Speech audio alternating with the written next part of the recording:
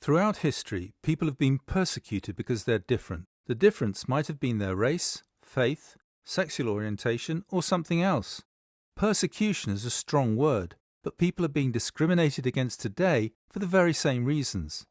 So this is what you need to know about equality, diversity, and inclusion. Let's start with equality. Equality is about making sure people aren't disadvantaged, discriminated against, or excluded from full and fair participation. Although we often think of discrimination in terms of employment, it also concerns how we're treated when we're customers and the way we treat others. But treating everyone equally doesn't necessarily mean treating everyone in exactly the same way. Some people might need more help to get the same chances. The legislation which protects and supports us in this area is the 2010 Equality Act. A key part of this act is what's known as the protected characteristics. There are 9 in total. We'll have a look at each of them and then see some of the different ways people discriminate against others. Age is a protected characteristic. Perhaps a job applicant wasn't accepted as they were thought to be too old or a bit past it, or they didn't have enough experience. An example of discrimination would be an employer stating that the applicant must have 10 years' experience so as to discriminate against younger people. A disability could be to do with the senses, like a visual or hearing impairment, or a physical disability, perhaps something that restricts a person's movement. And there are also mental disabilities such as schizophrenia, anxiety, or a disability caused by depression. Race includes colour, nationality, citizenship, and ethnic or national origins. There are lots of cases where people have been discriminated against because of their religious or philosophical beliefs. But it's also illegal to discriminate against someone because they have no religious or philosophical beliefs. A person's sex or gender, and also gender reassignment, both during and after the reassignment process, are protected, as is a person's sexual orientation and marital status, whether they're married, divorced, in a civil partnership, or single. And finally, pregnancy and maternity. For example, a woman can't be asked to leave a restaurant because she's breastfeeding a child.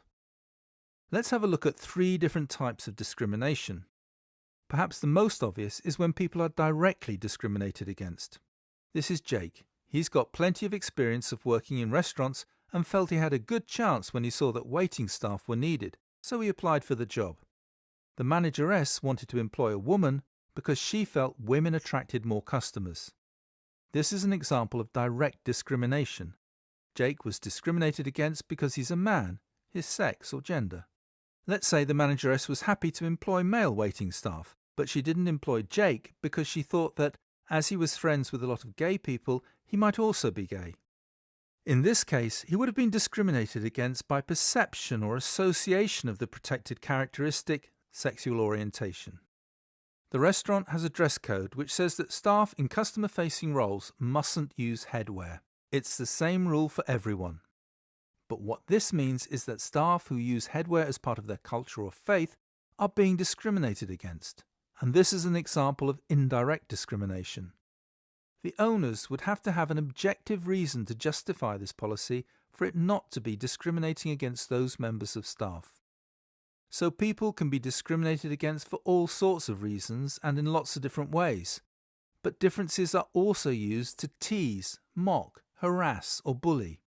People who do this will often say things like, they were only having a laugh, or it's just a bit of fun, it doesn't mean anything. The victims use words like degrading, humiliating, intimidating.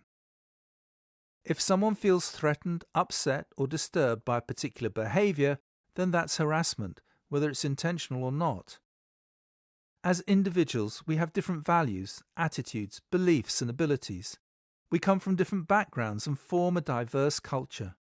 Understanding the legislation is part of ensuring that everyone is included and can fully participate, and making sure we're all on a level playing field and treated fairly and equally.